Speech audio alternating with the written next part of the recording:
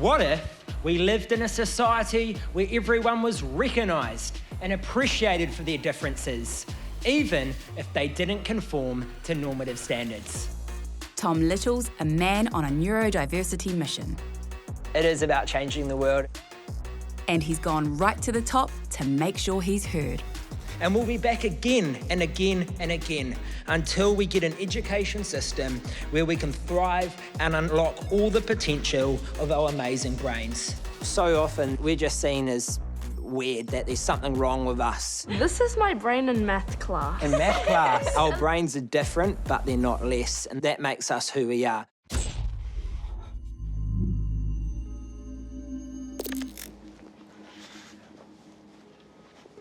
Oh. What do you think? This is really nice, yeah. It's great. It's quite bright, that light. Does your ADHD react to this at all? Yeah, I think it does. I mean, it always takes me a while to adjust to being in different spaces. Kia ora, my name's Tom Little. I was diagnosed with ADHD and an auditory processing disorder when I was 5. I've always had a lot of energy and I've always felt different. And I guess that's just who I am.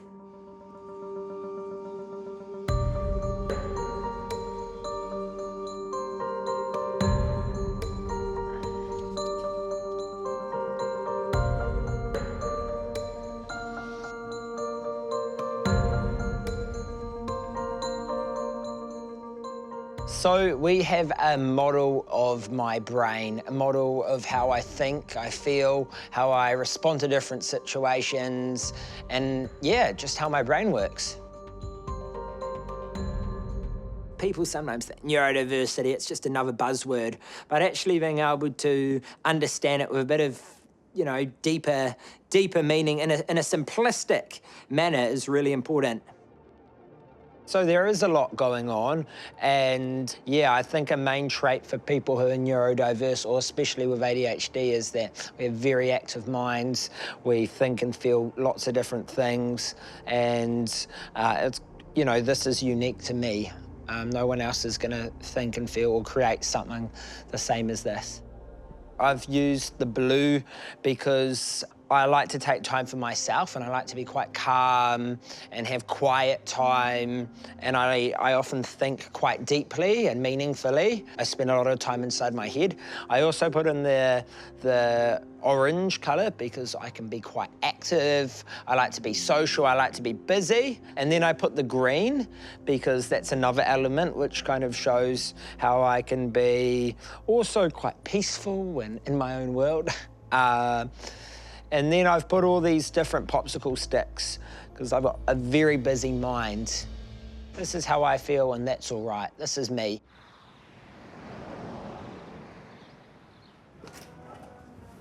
Hello, Mother Dearest. Hi, Tommy. Good to see you. Nice to see you Give too. me a hug. I got Tom assessed at 5. The school basically told us to, because they didn't think he was teachable, basically, because he was moving all the time. So he was the classic kind of stereotype of a boy with ADHD. He was just literally bouncing off the wall. So I thought, oh my gosh, I'm weird. What's happening, you know? There was a lot of negativity around ADHD. So the diagnosis was like, oh God, rather than, isn't that fantastic? He can use his different brain in different ways. It was a bit kind of, oh, Lord.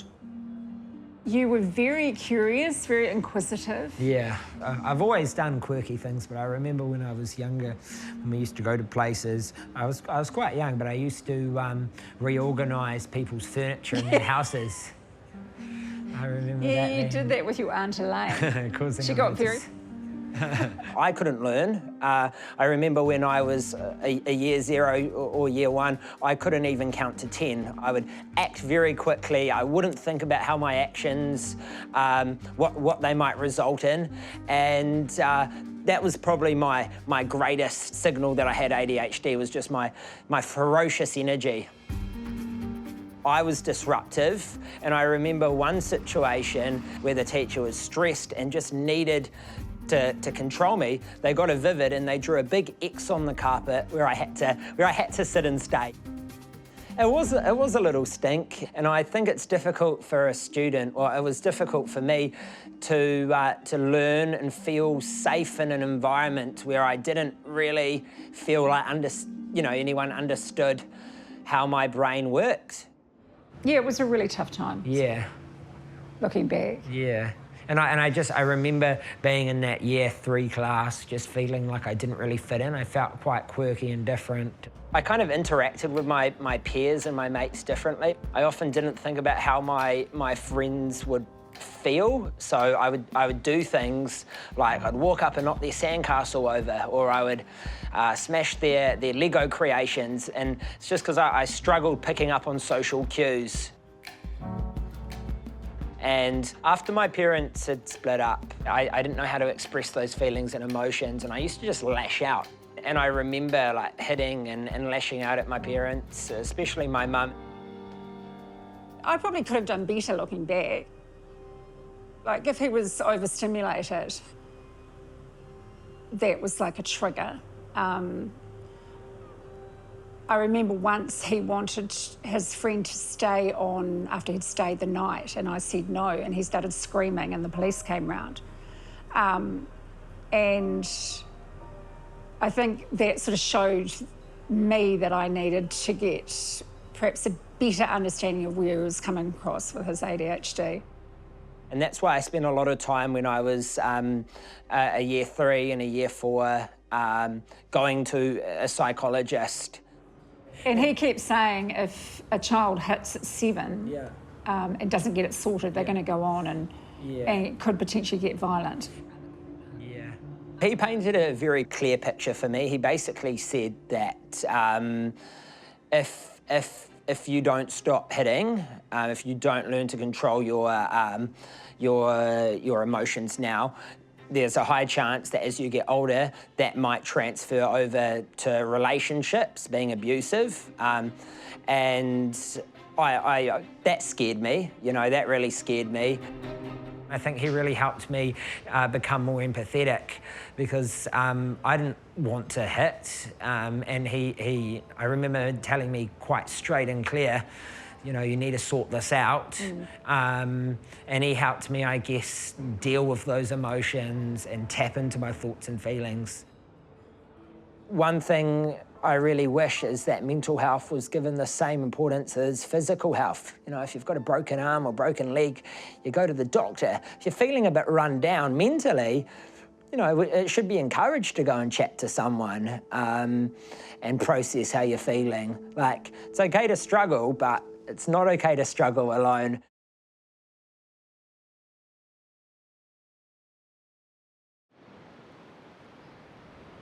Tom's back in the bay visiting his old school.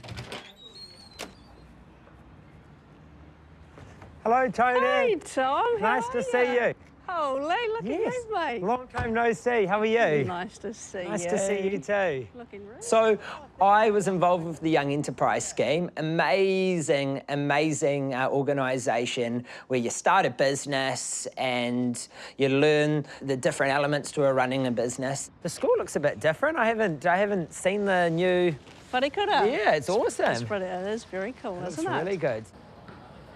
So we've got a group of students for you to... Yeah, I'm excited actually. It's going to be really good. Miss Dunstan was teaching me, and I remember she sat me down and she said, "Hey, Tom, you're neurodiverse, and it's actually a superpower." And I remember thinking, well, how could it be my superpower? He saw it as a negative, but I have this. And within that, within the task of the group, we sort of got him to reframe it and think it's actually a real strength, a real opportunity, and we did call it a superpower. And the way she kind of painted the picture to me was that, well, it's a bit like, you know, you're a superhero, you've got great powers, like your energy and your hyper-focus, and it's about channeling that and working through that and processing your feelings and your emotions and finding out your thing. I was put in a group with 3 other people, and we were all different, and that ended up being the greatest strength of our business. We created a business called Pukari, and our whole aim is and was to normalise talking about feelings from a young age, giving teachers a simple and effective way to encourage and lead conversations about mental health. So Pukari cards were the regional winners in the Hawke's Bay Young Enterprise Scheme, and they were national winners of a social award as well. It's been a real turning point, I do think, for those students.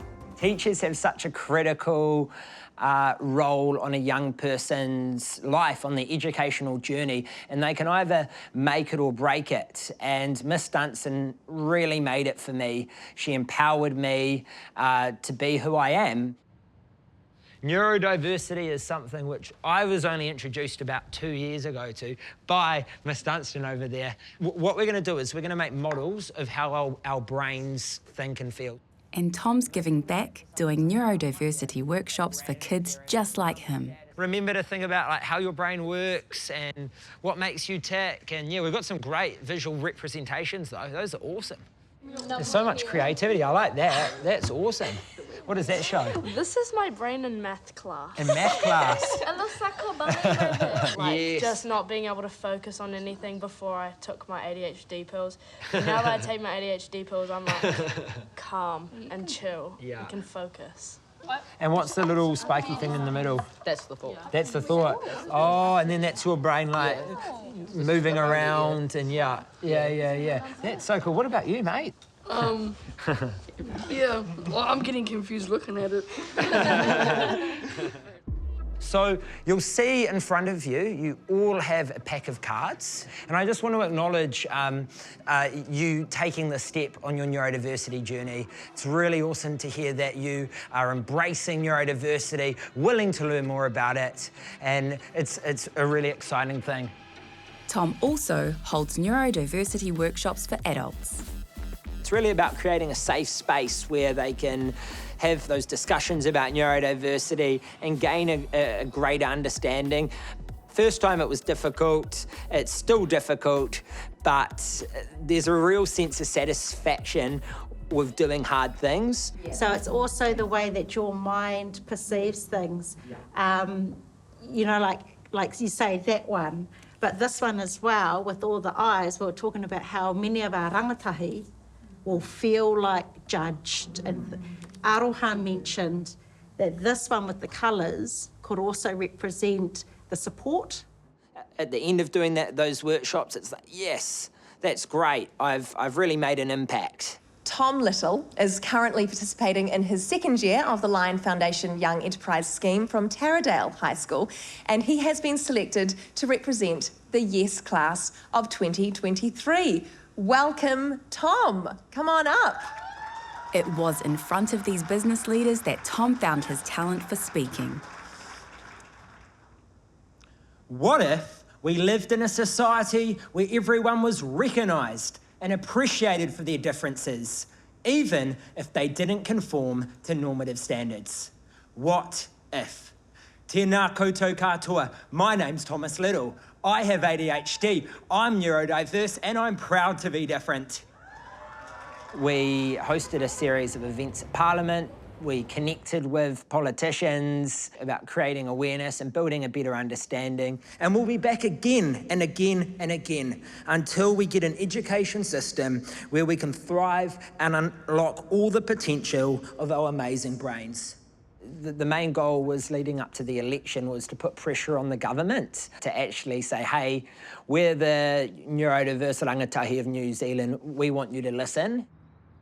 It is about changing the world. It's about changing the way people think about neurodiversity and think about ADHD and autism and dyslexia. It's about changing the way people think that they're negatives and reframing that and acknowledging them for the positive things which they contribute to our society.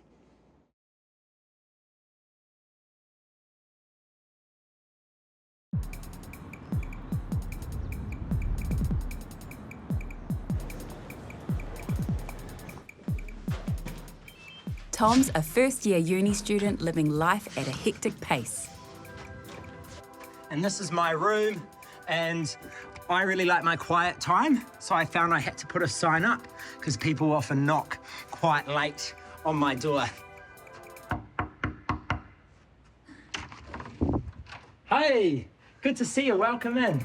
So this is my room, this is where I call home. This is where I do a lot of my study. I'm really into Tupac. I listen to a lot of his music, and his music's really meaningful and helps me be creative when I'm working, so I like to listen to a lot of it. These are some of my favorite quotes.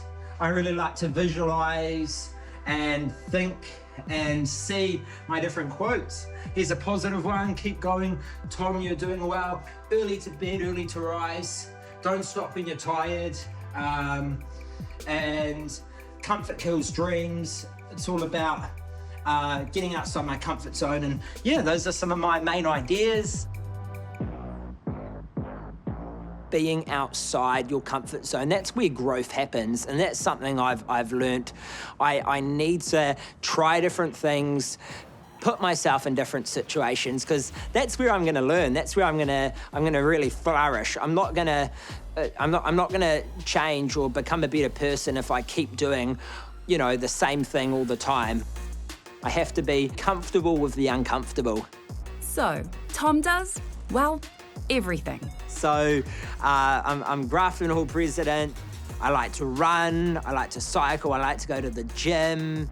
We've been doing an ice bath club.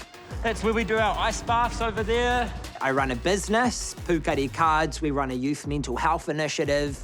And I always take on too much. I think that's an ADHD tendency. I always spread myself too thin, and that's something I need to continue to work on. But it has resulted in having such a breadth and variety of interesting experiences and learnings, and it makes life rich doing all these different extracurricular activities. Exercise has had a really critical part in my life. With exercise, especially if you're training for an event, it means that you have to get to bed on time, you have to eat well, and it really creates a positive frame for your life. And having that structure, having that routine helps me so much as a person. It's social, and that's an important thing for neurodiverse people, is to find positive things, you know, which boost our dopamine. Because it's so easy to turn to things such as alcohol and, you know, vaping and smoking. Just getting outside, getting sunlight, getting exercise, such an important part of life. But there are still struggles. Yeah, I'm a prevalent overthinker. I always spend a lot of time in my head, and it's something which I guess holds me back quite a bit. My self-destructive thoughts like, oh, what will this person think? Oh, did I do that? Was what I did bad? And it's definitely prevented me from, I guess, sometimes being myself. Smile. And so you have it. Wait. Smile. I still find it difficult picking up on social cues. Yeah. Have you made any girlfriends so far? I haven't made any girlfriends. No. The ladies, that's a good question. So, as I said, I've always struggled socially, and it is probably one area I struggle with, just because I find it hard to be vulnerable and open up. And I think I've often, in the past, just instead of facing something like maybe if there's someone I like, asking them out, instead of like asking, you know, them out, maybe I've just got really busy with my schoolwork and I've kind of avoided it, which has been difficult. This is my home, and yeah, we've got a great floor. We've got lots of awesome people, and yeah, this is my mate Jordan's room. It is hard for an ADHD person living in a hall of residence because it's so easy to be like, oh, okay, I'll go out with you this weekend. It's so easy to be social, but it's important to put clear boundaries in place. All right, see you later, Jordan. Good to see you, mate. Good to see you too. Appreciate you. For me, when things are overwhelming, it just all builds up in my head. I get stressed, and it often happens when my routine slips away, when maybe my sleep isn't as good as it should be. Perhaps I didn't get out for my run in the morning. Another big one is spending too much time on social media. That creates a lot of unnecessary stress.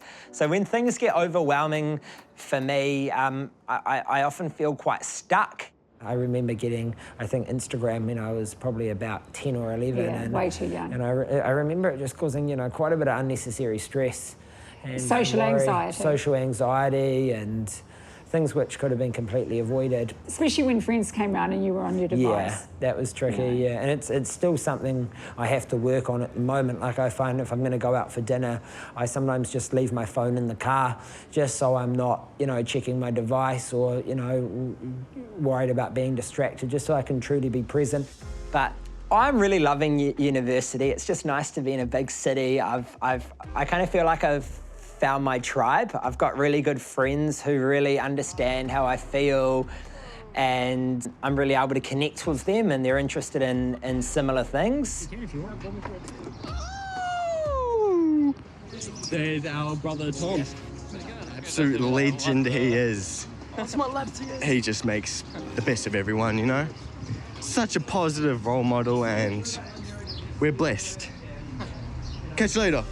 I guess I'm just willing to embrace whatever comes next. I'm going to continue my neurodiversity advocacy work. And it's really fantastic to hear that you're passionate about embracing neurodiversity and thinking about how you can help your students. That is the greatest way to build a better understanding about neurodiversity. Okay, my brain is a bit quirky, but what competitive advantage does this give me? How do I stand out? How can I differentiate myself from others? That's my greatest, or anyone's greatest strength, being different to other people.